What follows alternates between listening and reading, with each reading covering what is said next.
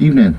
As you may or may not have noticed, I've gone past 20,000 subscribers, which is, well, it's a pretty significant number. Sort of to celebrate, I said I'd do a Q&A.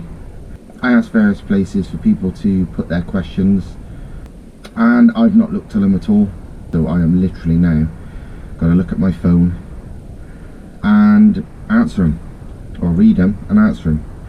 I'm filming this on like some old GoPro Hero 5 because I can't find my newer GoPro, and I normally film on my phone, and I got to read my phone because I have no idea what any of these questions are.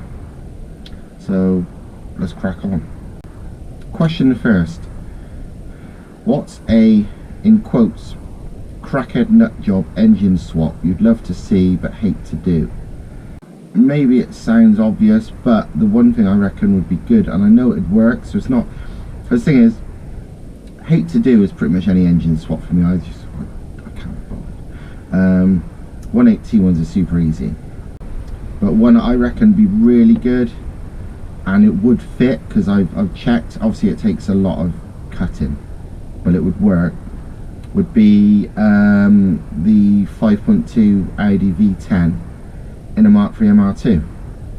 Obviously longitudinally mounted, but with a 6-speed, what's it called, 01E 6-speed box, like in Audi A4s and stuff like that. They're really strong. They fit to the V10. The V10 physically, there's enough room between the strut towers. They sound mental once you got a proper exhaust on them. They even though this is like the 5.2 out of the S6 and S8 and whatever, you know, big luxury cars, not the, it is related to the Audi R8 and Lamborghini engines, but it's not the same no matter what the internet tries to say. But they're really cheap. That's the reason I like the idea of it. You know, you can buy a whole Audi S6 for about £3.5 grand. The conversion would be relatively cheap. It would fit between the shocks. You would have to obviously cut out the bulkhead. You would have to cut out the strengthening bar between the fuel tank and the engine bay, and you'd have to modify the subframe. All, you know, but it would work. It genuinely would. I'd love to do it. They make about 550 brake with a proper exhaust and a remap, and you know, just bolt-ons. And obviously, yeah, it just sounds insane. They rev, I think they happily rev to like 7.5 grand, and they're just awesome. Least favourite popular engine? Ooh. Honda K series. I really like them. They're brilliant, but I hate the fucking fanboyism about them. The sort of, the people are fucking so dedicated to telling the whole world they're the best things ever. And it's like, yeah, they're absolutely amazing if you've got unlimited money, but they're not, you know, you have to spend, because the heads flow just ridiculously. But you've still got an open deck alloy bottom end which needs like sleeves or at least a fucking deck plate or something to make the block strong. And you know, the really powerful ones need a billet block and all this shit. It's like, yeah, everything's, it's good, but it's not like it's built to make, it's an amazing engine to make power because it's got amazing flow in the head, but the actual block isn't intrinsically that fucking strong, so you have to strengthen that first. So yeah, it's annoying, but they're brilliant. But the people who go on like fucking fanatical about them does my head in. That doesn't make it least favourite though. What could be least favourite popular engine? Even though it's really good engines, my least favourite popular engine, again, this is me thinking sensibly, because I think of everything from me working on these cars. Like, you know, so many people don't touch their own cars, they just give it to tuners, so it's irrelevant to them. But to me, my least favourite is pretty much any of the modern 3-litre straight 6 turbo BMW engines. They are brilliant engines, they make incredible power, they're weapons. But are they nice to work on? No, they're absolutely horrendous. Literally, like, I wouldn't own one just because I wouldn't work on it. It's just an absolute nightmare to get to, especially like the exhaust side especially. It's different if you've got a garage, but as you're a DIY person working on a car, no, I would never ever own one. Which unreliable car would you buy if it had a full warranty? I've always fancied doing it, is buying an old Bentley Turbo R, the 6.75 V8 turbo ones. And yeah, I've nearly bought them many times and never did, because yeah, it's just trouble if it goes wrong. But a full warranty one, yeah, that would be it. What would be your choice if budget didn't matter? A raw machine with few or no driving aids. Ooh. I tell you what, it'd be one of them as a standard car, one of those T50s, you know, by what's his name, who built the design McLaren F1. Can't remember his bloody name now. Him and Dario Franchitti has been designing it with him. I can't even remember the guy's name off the top of my head. I apologise because I watch his videos, he's a fucking legend and everything, but I can't remember his name. But yeah, a T50 I think, because that seems to be built to be like the proper ultimate driving machine. State-of-the-art car with all electronical gimmicks to make it fast and efficient. That'd probably be one of those McMurty Sperling things. I know they aren't really made production yet, but to drive that must be fucking mental. Absolutely nuts. Because that's the thing with EVs, to watch them racing, whatever, it's rubbish, it's boring. It's just without sound, without whatever, it's just not that much fun. But that's got nothing to do with how they are to drive. And the reason most EVs are boring to drive is because they're big fucking horrible just tanks, so they're just soulless, boring even if they're fast. But I've driven the old, back in the day, the Ecotricity Nemesis, which was an EV based on a Lotus Exige, and that was fucking good because it weighed bugger all. It was a lightweight car, and that Sperling's like that but another level, and I reckon that would be fucking nuts to drive. You see the video of it, or any video of it, it's just mental.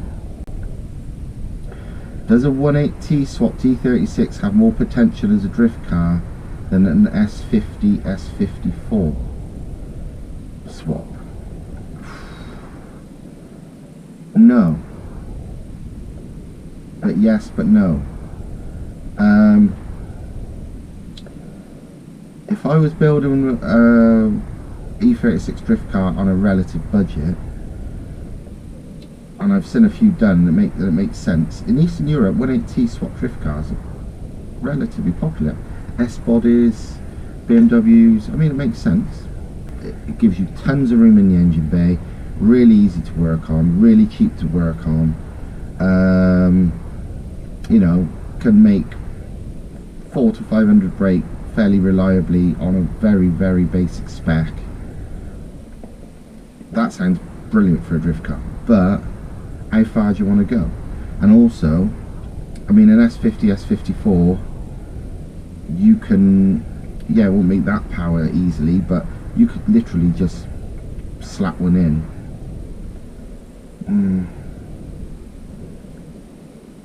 I don't know. If you was going mental, like if budget wasn't an option, budget wasn't an issue, yeah, S50, S54 probably, because it's, you know, it's just bigger, less stress overall, because it's just a much bigger engine. If I'm talking like budget stuff, 1.8T wouldn't be really good, and that's why they've been more of it. And obviously you've got a better weight distribution and all that, bit of a lighter 4-cylinder, but yeah. Oh, here we go. What would be your ideal build non-conventional drift car? I don't know how non-conventional this is, but I would use what I've used a few times before, which is a W202 Mercedes C-Class. They just, something about them, I just really, really like how they drift. What I'd have for the engine, there was always great with the 2.3 supercharged engine. That's what I always had in them, but that's not what I would have in it if it was like an ideal build. You know what I'd have as an ideal build? I'd have like it would be a WT02 Mercedes with a rotary in it, turbo rotary, making 600 plus. But I love rotaries, so yeah. Would it be the best drift car out there? Fuck no, it wouldn't. Would it be fun? Fuck yeah, it would. I just love that. But also, I'm thinking convention. He says non-conventional. What I've always wanted to build is a gate build style four-wheel drive drift car. So, you know, like the Alm brothers with their Audis and stuff go gate build and just do four-wheel drive power slides around the track everywhere. I've always wanted to build one of them. That's one type of car I've never built yet, is a stupid power four-wheel drive car. Mostly because four-wheel drive transmissions that don't break cost a fortune, unless it's the Audi one. As in the Audi O&E longitudinal transmission. Why does there seem such a difference between tuners? It seems like 80% of them have a really bad rep.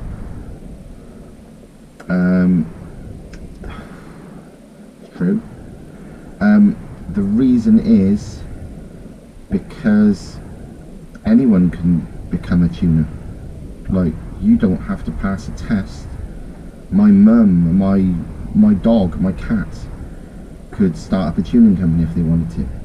If you've got the money and if you want to, you can start it up. You don't have to know anything. Oh yeah, and you just have to tell people you do, or convince people you do. And unfortunately, most people are easily convinced by hype and social media. That's why I always say, like, proof. I don't do anything I can't prove. I don't say anything I can't prove. And I won't go to tuners unless they have proved what they can do, because I've been stung in the past when I didn't know any different. But that's why most of them's got a bad rep, because they are shit quite a lot of times. I mean, everyone gets you can't please everybody. So everybody's gonna have, like, even if you're the greatest tuner, you're gonna have people who is gonna be like slagging you off, and you'll tend to find the people who slags you off are louder than the people who say you're great, because they're the ones that want to be heard. But yeah, unfortunately, all I can say is don't go with any tuner who you haven't got proof. It's all well and good them telling you it's amazing, they're amazing, or even, you know, whatever. Show me the proof. And it don't matter, like, it's not even about, like, oh, look at my power, you know, they've got such and such a powerful car. It's like, if you spent ridiculous money, or it's not reliable, or the power levels are bullshit anyway, or whatever, it's meaningless regardless. Mark with the RX-7 is a good example, my friend Mark. The amount of tuners I've told him not to go with over the years, or he said to me, oh, I'm thinking about going with so-and-so, getting so-and-so to do this work. And I'm like, well, I can't recommend him because I don't know anything about him, bad nor good. And it's like, unless I can see proof that somebody's good, I won't go there. And in my opinion, he got his engine plumbed in by an unproven, clueless dickhead who's done it wrong. He's got the wiring done in the same way. He had his first load of engines built and mapped in the same way. All by people who haven't got a proven record of good, reliable work. So he's had a nightmare. Now he's got a good engine builder that is proven, and funnily enough, his engine's perfectly reliable. He's got a good mapper who's well proven, and funnily enough, his engine is completely reliable. All he hasn't got yet is, well, his plumbing is okay, but mostly because we've changed it and fixed it. And his wiring's still a mess, because again, it went to the wrong wiring post. So yeah, that's why most tuners got a bad rap, because just because you're a tuner, that's just you saying you're a tuner, doesn't mean a thing. Do you think it's common for tuners to lie about power increases on a dyno tune? Yeah. You know, yeah. It's one of two things. Sometimes there's a lot less, like, claims these days, because everyone's like, yeah, show me dyno proof. But then these people will show them dyno proof, and that's all that counts. But these days, most dynos read you know, so many of them read super high. I mean, like dyno jets, they're not even the highest reading dynos, but dyno jet wheel numbers are higher than some dynos typical bloody flywheel numbers. It's like, look at my car, this car for example. It made 514 at the flywheel. It's that dyno, I think it's a VTech dyno, I can't remember, it might be VTech, I don't know. Anyway, Badger 5's dyno. It made 514 at the flywheel, but it's got really high transmission loss numbers there. It's showing like 420 something at the wheels, like fuck all. But look at my performance numbers. Does my car perform like a lot of these, you know, my car proven performance numbers, even against other MR2s like K-Turbo ones and American stuff. My 100 to 200 times, my 61 to 130 times, stuff like that. Even when I used to have 540, so no nitrous, before I turned up the boost, my times were as fast or faster than a lot of these K-Turbo swapped MR2s that had made 650 wheel on a dyno jet. So yeah, dynos, they can read so wildly different to each other. They're brilliant as a tuning tool. They're great to compare to different vehicles or the same vehicle different days on the same dyno. But you can't compare dyno to dyno because the difference can be hundreds. So because people in America always laugh at like UK flywheel figures as, oh, flywheel is bullshit and all that. It's like, flywheel is kind of bullshit. It's a calculation, but it still reads lower than a lot of fucking wheel numbers calculated on American dynos. And that's not like a country thing, that's just a brand of dyno and how it's been set up type thing. When it goes down to it, performance figures is literally the only thing I can't lie. Power figures is meaningless.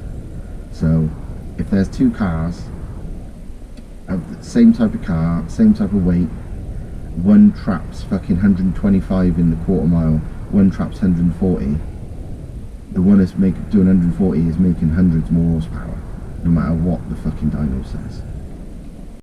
I've watched your video and read your article on the rear mount turbo of the E55 AMG. If you feel a good rear mount setup, good flow and blah blah blah blah blah, gives similar results to a conventional turbo setup. Sort of. A rear mount, in an ideal world, front mount is better. In an ideal world. But unfortunately, most front mounts setups are crap. So a rear mount could easily be way better. Unfortunately though, even more rear mounts are even more crap. Because people don't really understand how to do a good rear mount turbo setup. So it makes them look bad. So it swings and roundabouts. In an ideal world, always a front mount. But then if you the reason I went rear mount with an E55 wasn't just to be wacky or different. It was because a front mount would have been practically impossible. 10 times the amount of work for almost no gain. I knew I could make a rear mount that performed amazingly with like massive power and no lag, and for far less money and far less effort, and I did. So yeah, ideal world front mount, but would I give up, like, would I do it to a really difficult to work on car? You know, would I make it hard for myself for the tiny gains it might give? No, would I fuck. The turbo goes wherever is needed to make life easier. Position can be worked around. This is going back to like old days, because I used to work for car magazines from like what, 2004 to 2011 or so. What was your favourite car show back in the day? Donny, Max Power Live, etc. Never really liked Max Power Live that much. Donny was pretty mental. Donny was crazy, but sort of like shit on. You know, my favourite show back in the day was probably Tracks at Silverstone. Tracks was my favourite one. It was the biggest. It was Donny was it was a bit less jubby than Donny. It had loads of track action and probably the most cars still. So yeah, tracks. Because tracks now still exist, but it's not like it was. But tracks used to be like the official sort of end of season thing. But yeah, Donny South at Donington Park was good. I got lots of good memories from that, but it was a bit of a shithole as well. Stupidest engine tuning fact that still keeps being perpetuated. Oh fucking hell, millions of them. Ball bearing turbos makes your turbo spool way faster, and it pretty much makes no difference. Or no difference, to be fair. Ball bearing is not the reason. Yeah, it's probably that. Ball bearing turbo spool faster. No. If the turbos are better designed, like better wheels, better whatever, because it's a more modern, better turbo, that makes it spool faster. The fact it's ball bearing does not. You could get exactly the same fucking wheels and change the core from ball bearing to not ball bearing, and the difference is basically fucking zero. That's been proven plenty of times.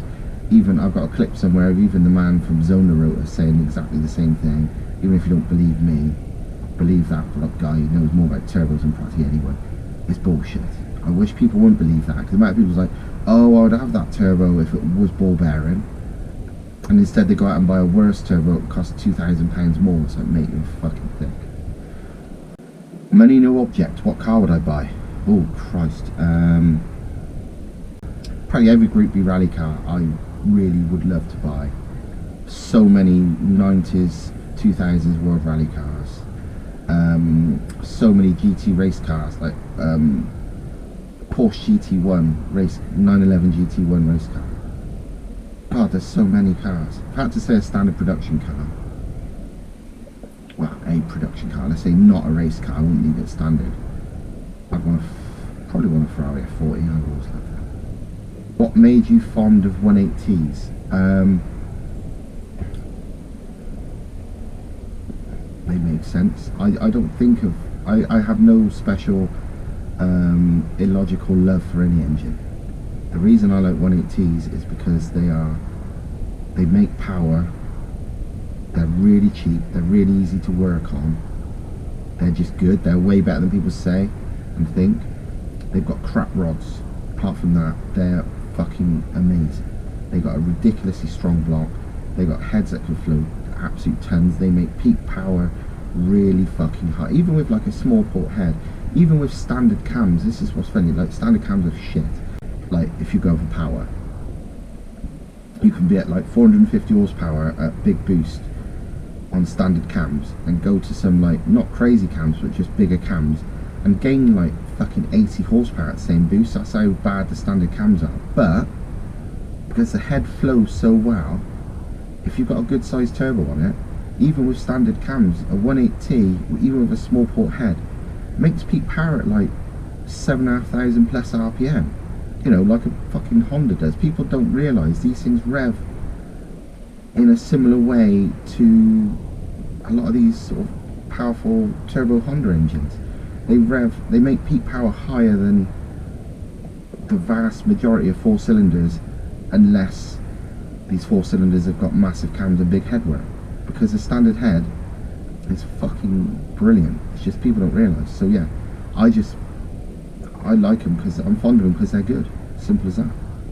No other reason. I think with facts. I've got no bias. I've got no fucking illogical love for engines. I like stuff because if it's good or it ain't. And 180s are just good. Period. What's your dream plan for the MR2? Now, are there any plans for the future for more projects? Dream plan for the MR2. I would like to. I'm pretty confident I can make this car, still with a 180, make like 650, 700 horsepower without the nitrous, but without losing much in the way of the massive power band it's got, or even the reliability. I think that would be my ultimate plan with. So I wouldn't go. Another my ultimate plan will be to put a passenger seat back in it, so I can take people out in it. But yeah, I haven't got giant plans for it because it's already so fucking good. I want to basically built it to be my sort of 4-wheeled superbike, and it's pretty much there anyway. Plans in the future for more projects. I've got hundreds and millions of plans in my head constantly. Can I afford to do any though is a whole different story, so let's not even go there. But no, I'm not got any particular ones, because I'm still not done with this. This thing's so good. But this thing, I want to keep it so it can do everything. I mean, you know, we know it's a straight line car, but it also handles like fuck.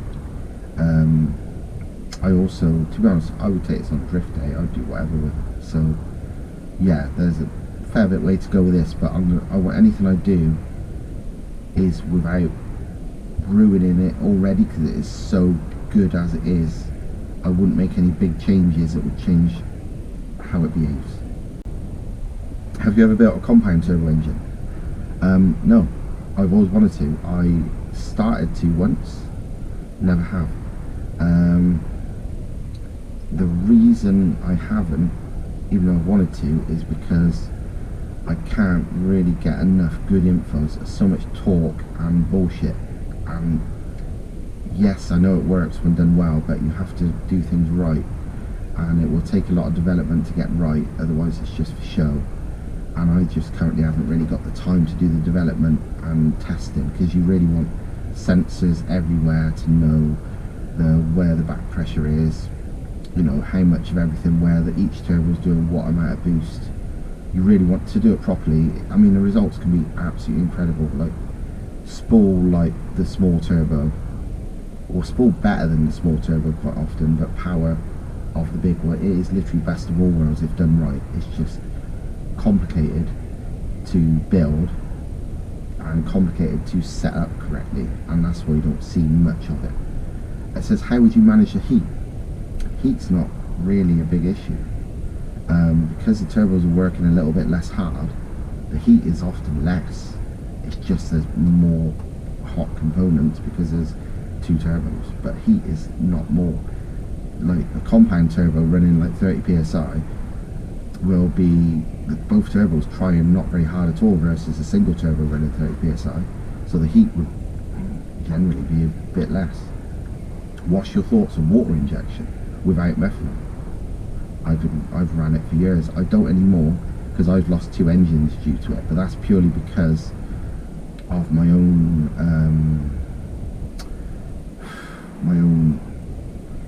crappy setup. Basically, I lost 2 engines to it. One because the fluid ran out. That was nearly, was that pure methanol? Either way, it's irrelevant. It's the same regardless. One, it ran out and I didn't have a safety to stop it. The second one, no, that was the second one. The first one, the jet fell off because I was doing pre-compressor, and that was because my own pure, I fitted it temporarily. The results were that good that I kind of forgot all about it being only temporary, and about 6 months later it fell off at about 120 mile an hour and melted my engine. The other one melted, the other one come off, well, the other one ran out of fluid at like 140 plus too, so killed 2 engines like that. I don't run it if I can't help it anymore. My first time I ran water injection, I was 19. I've been running it forever, mate. I've ran it on so many cars because it's brilliant. It does work amazingly well. The problem is, most people's setups are crap, so they don't work amazingly well. Most people think it's going to lower temps a lot, which it doesn't. That's bollocks. It just allows more boost without death. The temps hardly go down at all compared to an intercooler. But the main problem is, unless you've got a really good setup, and they're very few and far between, they've got hardly any decent safeties. So if it goes wrong, and they often do, things block, things fail, whatever, your engine dies. You know, you need something that monitors water flow, water pressure, water level, everything for it to be safe. And because that's not so easy, I haven't bothered for a while.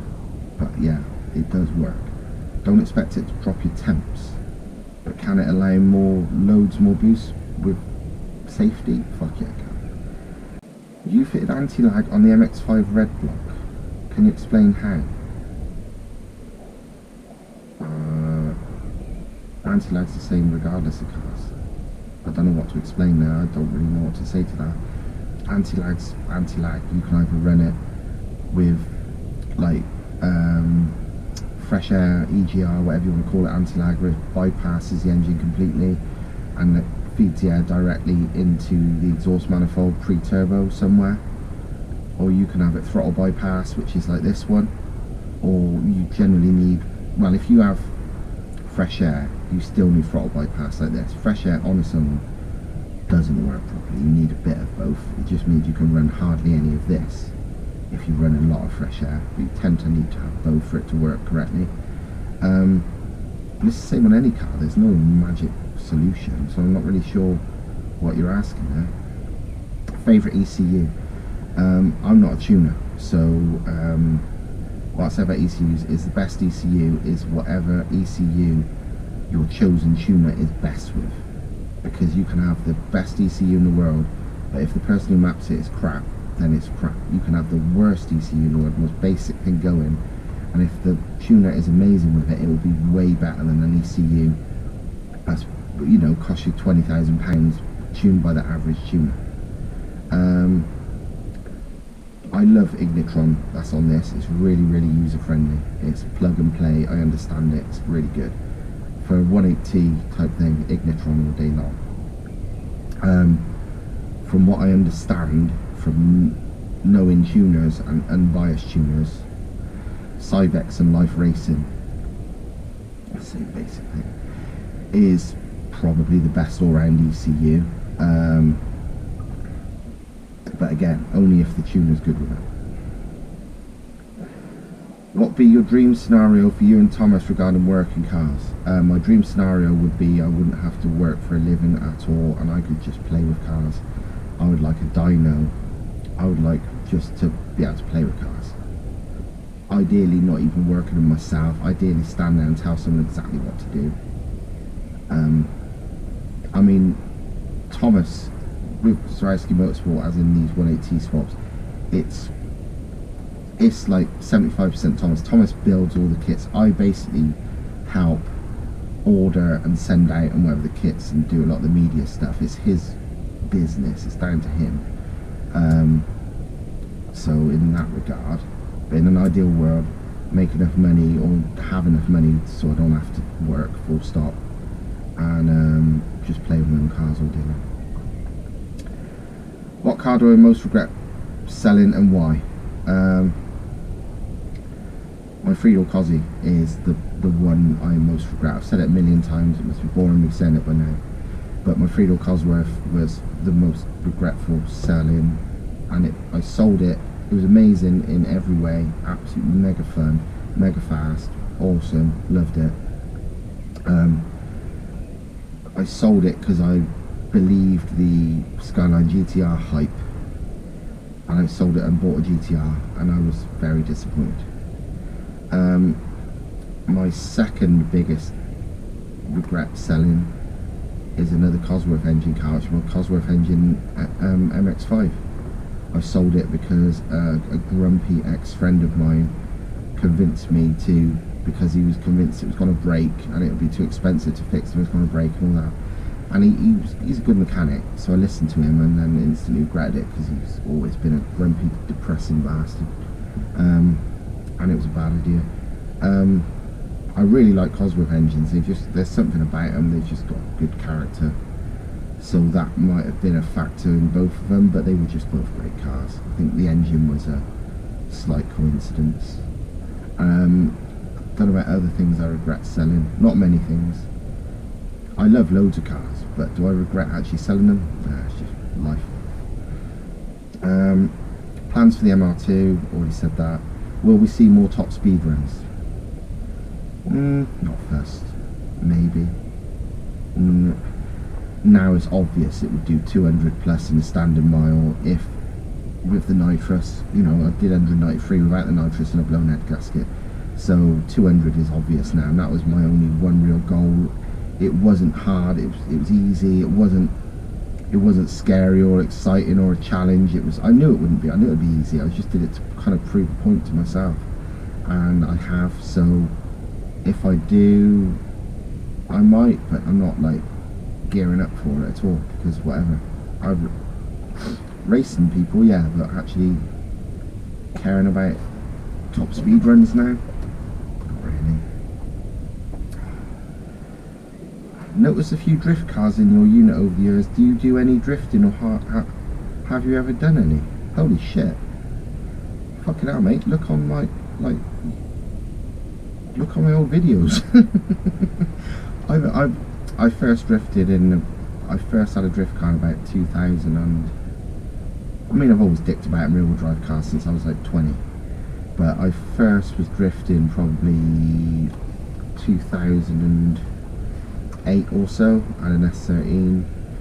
Drifted. I've had countless drift cars, done countless drift days. There's videos all over my YouTube. If you look at my old videos, drifted MX-5s, Mercedes, BMWs, RX-7s, Skylines, loads of pictures on my Chaser, all on my Instagram, on my fucking YouTube. I've all sorts of stuff.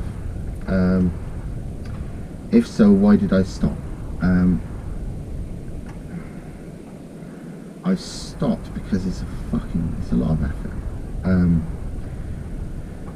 I just could not be fucked with the whole day getting it ready first, the whole day getting it unready, you know, unpacked after, hours, or at least an hour when you get to the event, unloading it, an hour or so loading it up after.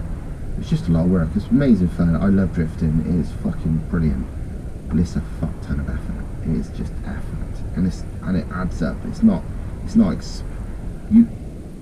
A lot of these people do like competition drifting and make these big crazy spec cars. They spend stupid money and it's just not worth it. But even at a low amount of money, it's fucking expensive. In my opinion, the most fun drifting is a very basic car, lather diff, driver's bucket seat, half decent, just coilovers. Probably wouldn't, I wouldn't even touch the lock. I probably wouldn't even touch the engine, and I'll just learn to drive. Being a good driver makes it 100 times more fun than having big spec.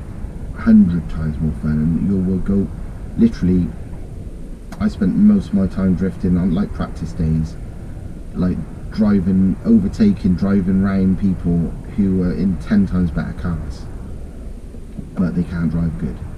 So, you know, I mean, you look at people like Luke Fink and Chelsea Denofa and like drifting, you see them in rubbish cars and they're fucking awesome stuff.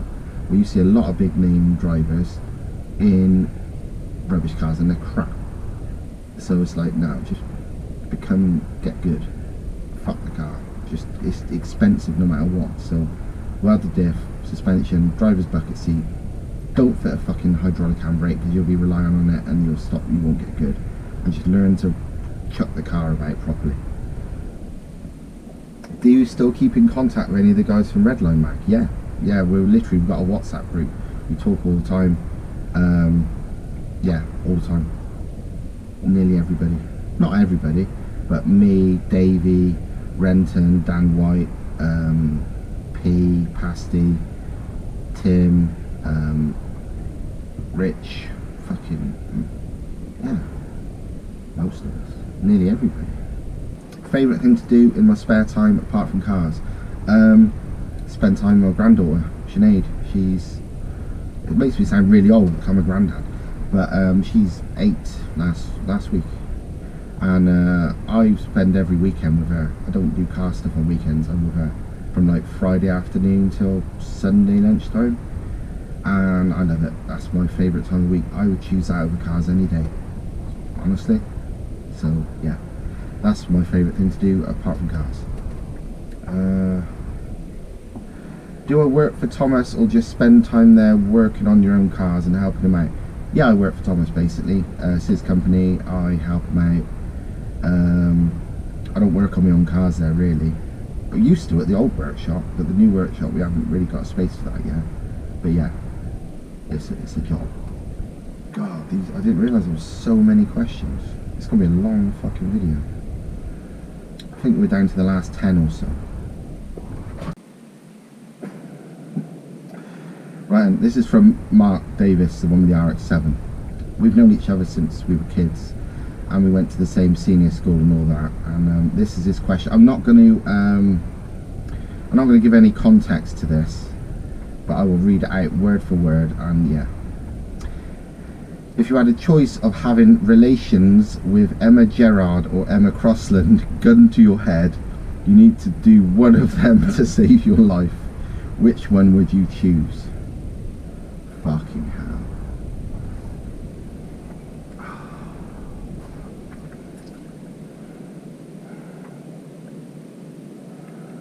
Oh no.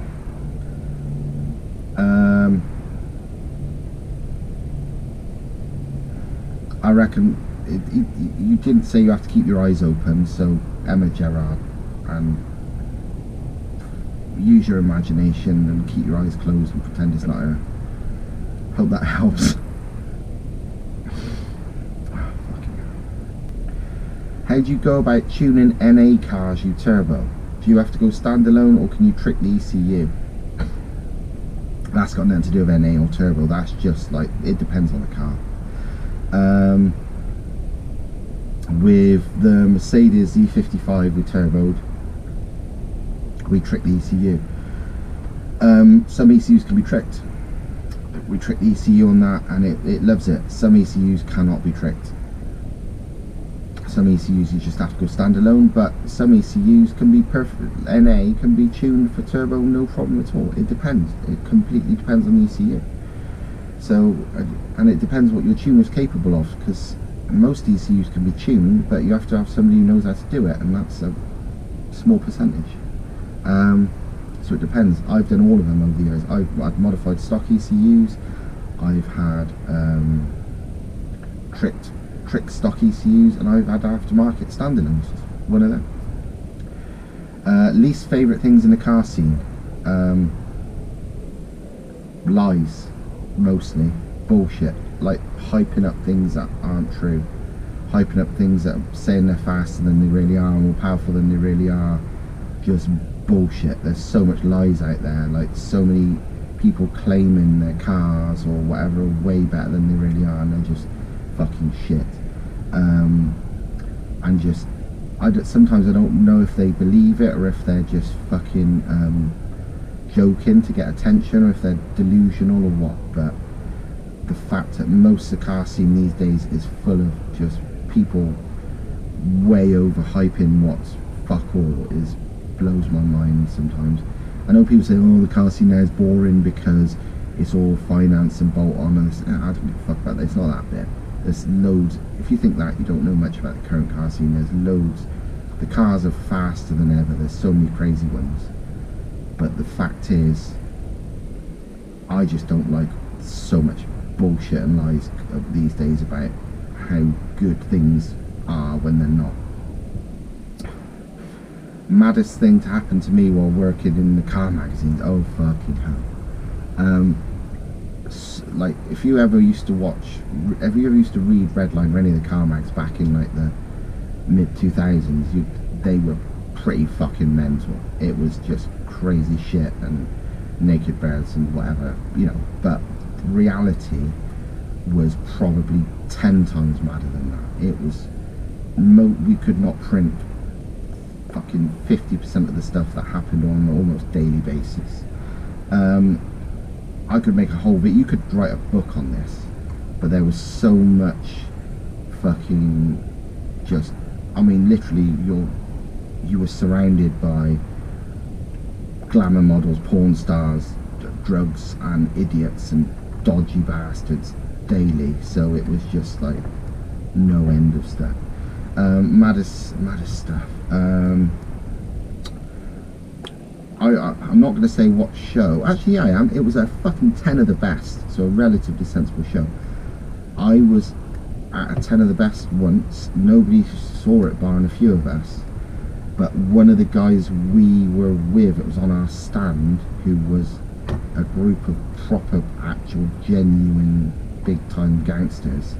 One of them pulled a fucking handgun out of the glove box of the car on the stand, because he was having a bit of a disagreement with somebody, And he's like, right, I'm going to go get the shooter out of the glove box. And he genuinely, and like me, and I think it's Pastor, was like, put it away, you fucking dickhead. And yeah, but that was not that uncommon. The amount of fucking cocaine going around like fucking Tony Montana is just unreal sometimes. Just stuff with like birds. You cannot repeat most stuff. Don't even know what to say sometimes. So much dodgy, mad shit happened. What can I even say? A lot of this stuff I don't even want to say because it sounds like fucking it would be lies. So much dodgy shit you wouldn't believe. I'll tell you one funny one.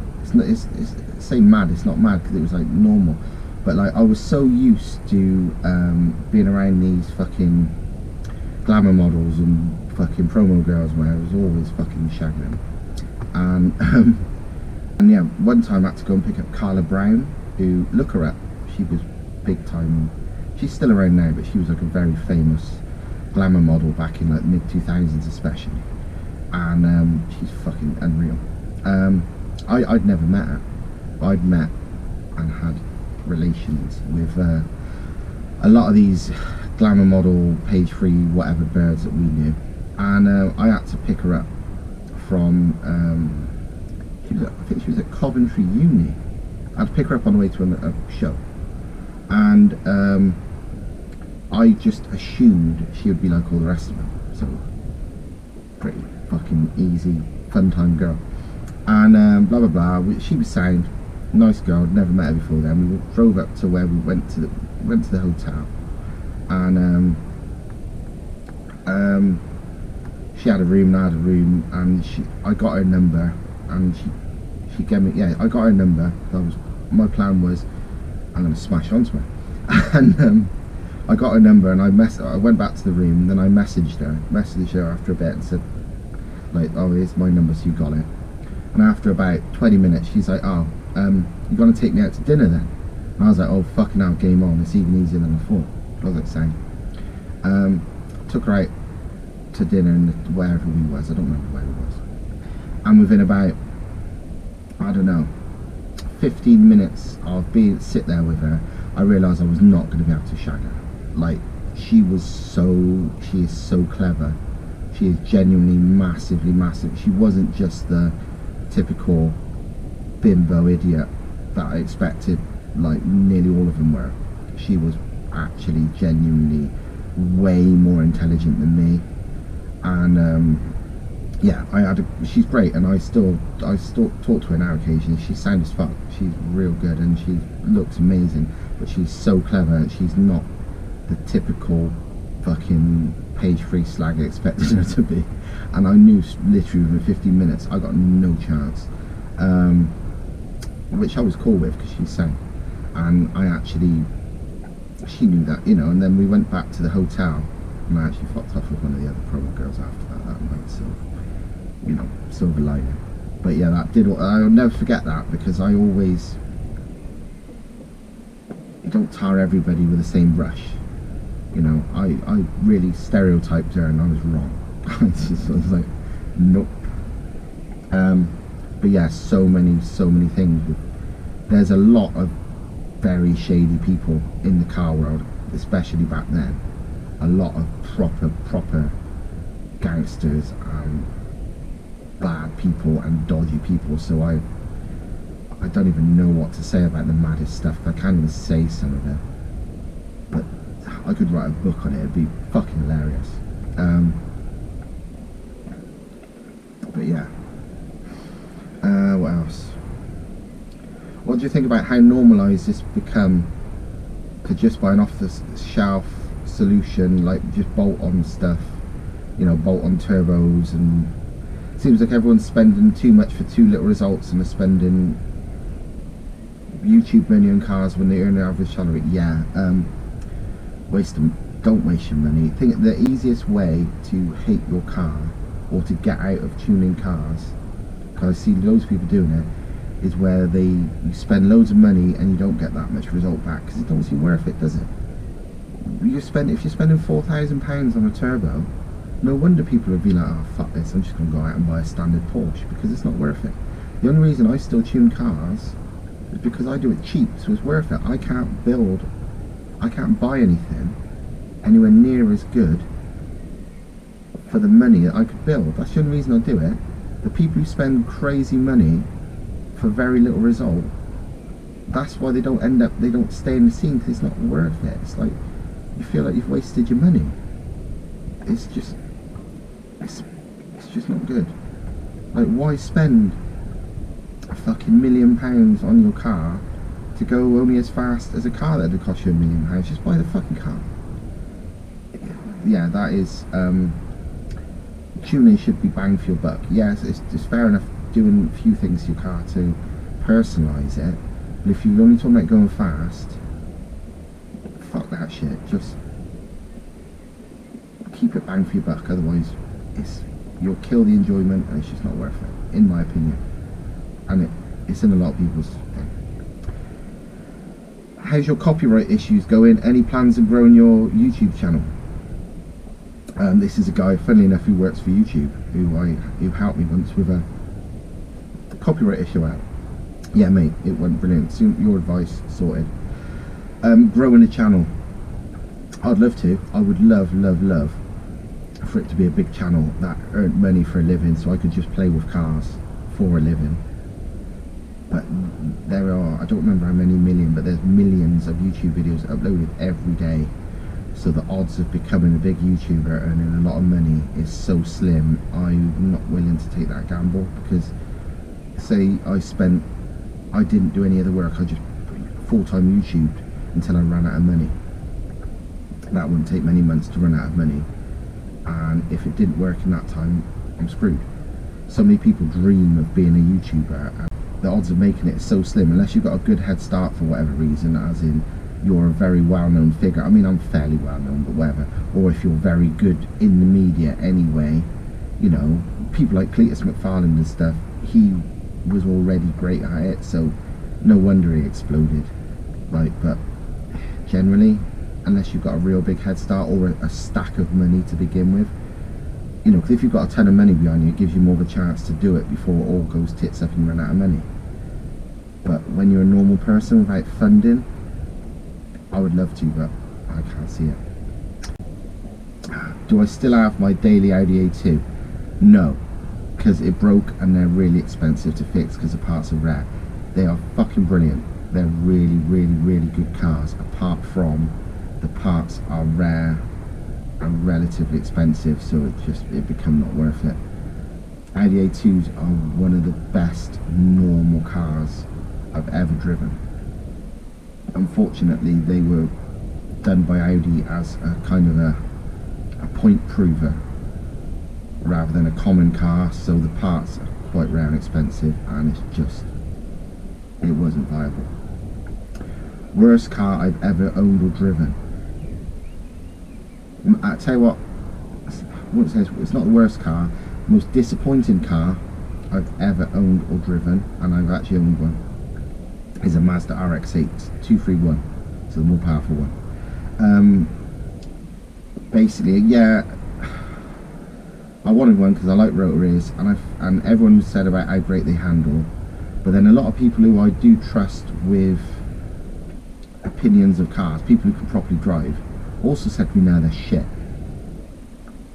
And I was like, nah, they can't be. They've got to be better than that. So I got one, and no, it's fucking rubbish. And it annoys me because these days everybody's ever owned one. Not everybody's ever owned one, but a lot of owners of them, current owners and whatever, because they're one of those cars that's almost like my first sports car or my first sporty car. So a lot of people who's owned them or owns them has never had anything better than that. So they're convinced they're like the best fucking handling, amazingest car going. They're not. They are good for the size and the weight of them handling wise, because they're not like, and they're good for like a standard road car, medium size, medium weight standard road car. They are not amazing in any way, and the engine is way too fucking gutless for that size and weight car, in my opinion. Engine would be fucking awesome in a Mark 1 MX-5.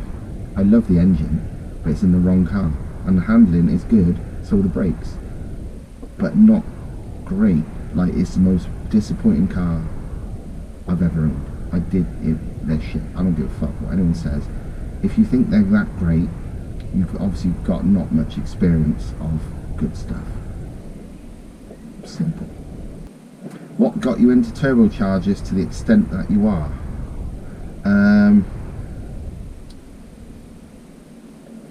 Was there a car that you owned? Was it magazines? Was it race events? Tell you what, yeah, actually.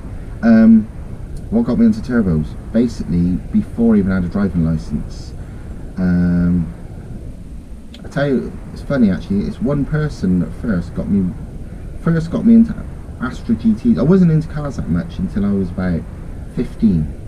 Then a guy who I know is a few years older than us, had got his driving license, and he picked us up one day. I think we was like about 15, and we was just hanging around the streets pissed, I think. And he picked us up in a Astra GTE, and he took us out in it, and that was it. I wanted a fast car, just from experiencing that. And I was all set on getting an Astra GTE, but I was too young to have a driving license then. And then fast forward another year or two, and he had a Renault 5 GT Turbo, and that was just the turbo noises, everything about it was just the coolest thing ever, and I had to fucking have one. And my first car was a Renault 5 GT Turbo, and so was my friend Mark with the RX-7. He had one too. We're the same age, so we're like 18 years old. Actually, and my friend Lee Evans, who I don't know if he's in any of my videos. He might be in one of my Subaru videos if you look back in the day when I had the Subaru drift car. Anyway, me, Lee and Mark all had Renault 5 GT Turbos as our first car at like 18. I think Lee had his at 17. And we kind of learned to tune and modify them as we went on. I remember one time, just as we learned to sort of experiment with them too. I remember us fitting a Cosworth intercooler front mounted to Mark's Renault 5 before front mount intercoolers were a thing. We just sort of accidentally invented them. One time we fitted 3 dump valves to my one, 3 in a row, just to see if it made them louder than having one, and just all kinds of shit. And it just, yeah, I rapidly sort of realised the potential of turbos from there. And any time I've ever had anything NA, I've soon realised, no way. And then not long after that, I met Ian Howell that used to own a company called Stav-Tech Motorsport. He did lots of cars, but he had an Escort Cosworth, absolute mental spec one, and he took me out in that when I was like 18. I went to pick up something off him, like a dump valve or something, and he took me and my missus at the time out in this Escort Cosworth, like 450 brake and anti-lag and whatever, and I was like 18 years old. This was like 1998, because I'm old now. 1998, when there was like nobody had even heard of rally anti-lag, and this had proper rally anti-lag. And like we were just ramping around everywhere, and it was just like another planet. And yeah, that's really what sort of solidified it for me. Have you ever thought about a robotized manual swap on your car? No, but yes, but no. Closest I'd say to that is DSG. I'm not massively into DSG. For a fun car where I just want fun, DSG is nowhere near as much fun. I've driven back to back, again, because I've driven all sorts of under the sun. I've driven back to back in the day, Golf GTI's Mark 6, Mark 7, I don't remember. Like we was giving them at red light when they were brand new, 2 at the same time. One was manual, one was DSG, exactly the same, bar no gearbox. The manual one's way more just fun to drive. DSG is easier to go fast, way easier, and more consistent. But manual's way more fun. I don't care what anyone says, unless you can't drive or something, you know. But would I have it? On an MR2, for example, if I was purely trying to go fast, yeah, I would. purely because it is so easy and consistent, especially if you're trying to launch a car. DSG is a million times easier and more consistent than manual. But is it more fun? Is it fun? No, it's just not. Never ever is. I don't care what anyone says. It's just not. But yeah, I would consider it. The reason DSG has never, because Thomas considered it on his MR2 and he actually fitted the DSG box, just never got it running, is unfortunately, and this is what so many people will tell you, is if you're doing an aftermarket engine swap, gearbox swap, whatever, to DSG, it's nowhere near as easy to make it work properly. I mean, like properly, as people think. They've got a real good handle on the BMW gearboxes now. There's good controllers for them, which makes that sort of work as good as you can. But still, with the Volkswagen ones, it's not as easy when you're swapping it into something else without the standard, all the standard electronics. And that's the thing that puts me off. Where do you get your whole set specs? Research. Tons and tons and tons and tons of research. There is no place. The wholesale won't tell you. They keep it a secret.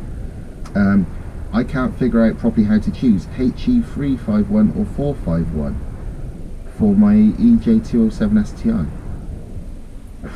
Wow, if you're not sure in that way, that's really weird, because with a 351 or 451, the first letter after the E is a turbine side. So a 351 to a 451 is basically a medium-sized, a 351 if anything. A 451 would be much too much turbine in my opinion. But it depends what 451 you're talking about, because there's lots of versions. A 351 can be anything from what's almost like a HY35 but with HX40 compressor to 351W, which is like a HX35 turbine with an HX40 compressor. A 451 is more like, it can be all sorts, but it can also be a VGT turbo, it can be all sorts, so I don't really know what you're asking me. But a 351 generally, a 451 is normally too much turbine. How did your music taste evolve? You're always posting banger tunes. This is on my Instagram, and obviously he likes it. I get loads of messages from people going, oh, the music you put on your posts are amazing. How did it evolve? These are the tunes I've always liked. These are tunes that I liked from, I first got into music when I was about 10, 11, and this is just music I've always liked over the years. My first music I was ever into was like rave stuff and like Fantasia and Obsession and whatever, because my sister used to always go to raves when I was her older sister, and I used to hear the music from that and hear it from tapes and whatever. And yeah, and then like when I was sort of, I first got into sort of rap sort of stuff in the 90s, and that was, I tell you what, a lot of that was I was still really into rave stuff, and then I got a lot more into rap because there was a lad we knew, he was a little bit older than us, called Darren Hyatt, and we used to go around his house drinking, and he used to always be banging out Dr. Dre and Snoop Dogg, like the first album, early 90s, like, you know, Doggy Style and that album and whatever, and like that got me into that to some extent. And yeah, I don't know, it's just stuff I've always liked. I just got good taste in music, I suppose. I think a lot of it as well, because I've always had, I don't follow the crowd with music, with cars, with anything. So like, that's why people often think I've got like amazing taste in music, because they haven't heard it, because most people just listen to what they hear other people listen to. I don't. I find what I think's good, and that's what I like. And it's not usually the most popular, not the stuff as, you know, was the biggest hits, but that's not normally the best stuff. So yeah, if you like music, follow me on Instagram, because I put music on all my posts. Views on today's car scene. It's alright.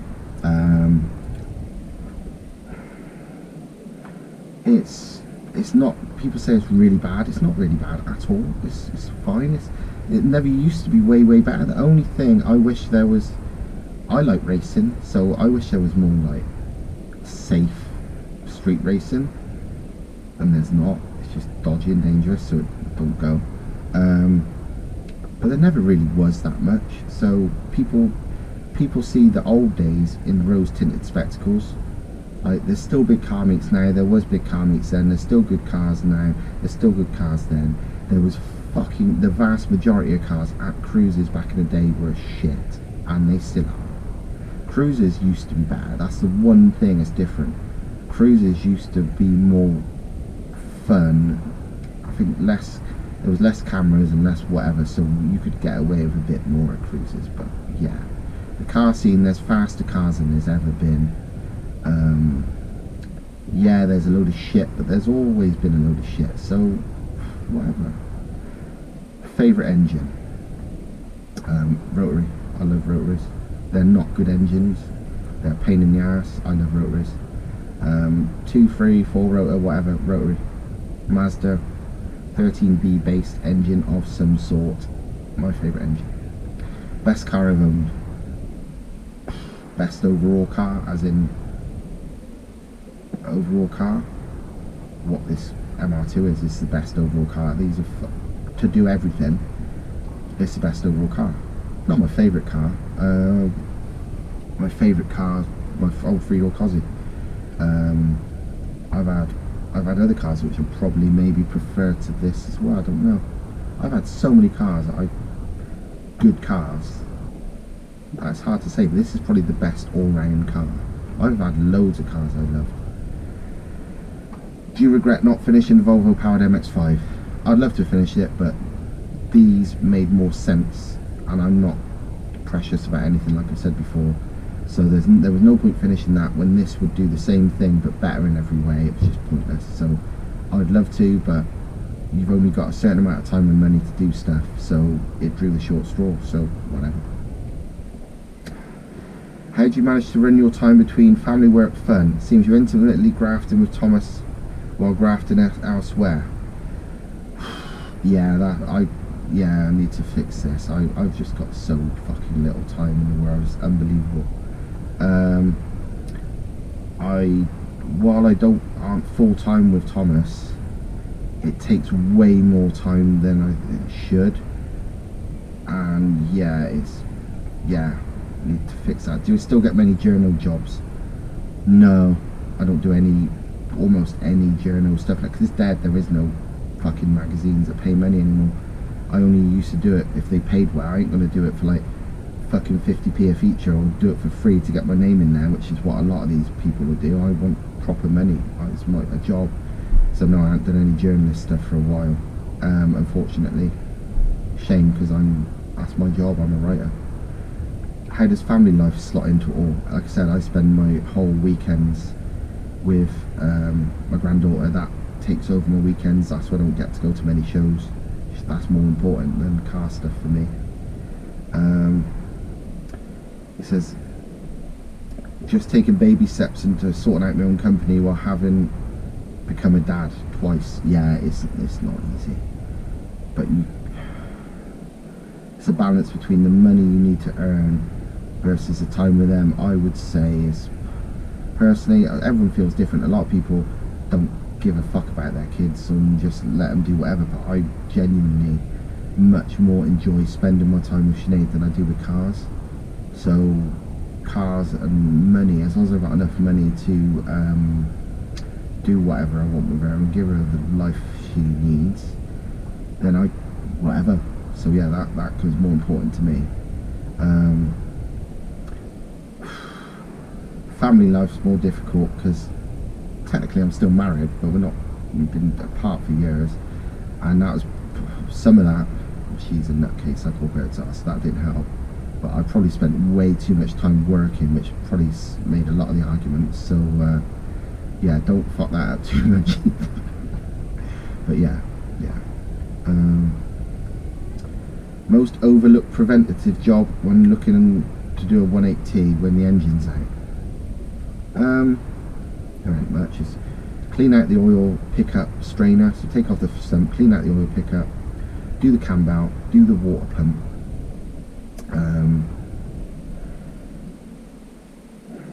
new rods maybe. But no, nothing much. There's nothing to it. Clean out the oil pickup, fit a new water pump, fit the cam out because you're doing the water pump. Apart from that, they're good.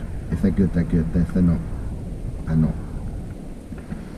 Enjoyable, most enjoyable. Oh, this is the last question. Most enjoyable car you've owned apart from the 3-door Cosy. The Cosy powered MX-5 was great fun. My old RB26 powered Chaser was great fun. My FCRX7, when it still had a rotary, was great fun. It was rubbish once I'd not fitted a rotary, but when it was still rotary, that was great fun. My supercharged Mercedes CT30 compressor drift cars, they're just great fun cars. They're great fun. You know what's one of the most basic cars that was great fun? My E46 330i. Standard, they're fucking rubbish, just boring. But I fitted a diff from an auto, which makes the gearing way closer. I had a remapped ECU, which allows the throttle to open properly and the RPM much higher, and that together makes it a whole different car from a performance point of view. That plus some slight changes to the suspension, coilovers, some handling changes, and a welded diff and driver's bucket seat made it a way more better and more fun drift car than you'd expect for such a basic setup. It was fucking brilliant. Way faster too. It's as fast from like 40 to 120 as a Audi S4 V8.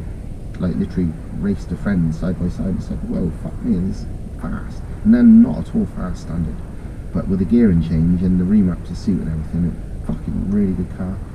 Unfortunately, the 330 engines have an oil pump problem, and the oil pump drive ends up coming off, and I got through 2 engines, and the engines are not cheap on them, so I ended up fucking them off. But the only letdown with them was the engine breaking twice. For fun, for fuck all, brilliant. But yeah, I've had so many good cars, I don't think I can choose a second most fun car beyond the Cosy. The Cosy does win as overall most fun, but second, so many cars come very close in different ways as well. So anyway, I think that's enough of that. I think I've been talking for this is gonna be a long fucking video unless I cut this out. So yeah, hope you like this Q&A, and yeah, any comments or maybe any more questions, I could do another one in the future. It's not hard, but I think I've answered most stuff. I could go into more detail on some stuff. Fucking hell, some stuff you could write a book about. But yeah, anyway, hope you liked it, and make sure you like, subscribe, tell people, whatever, comment, do whatever. If you make my channel big, then I can just do this full time, but I know that ain't gonna happen. Anyway,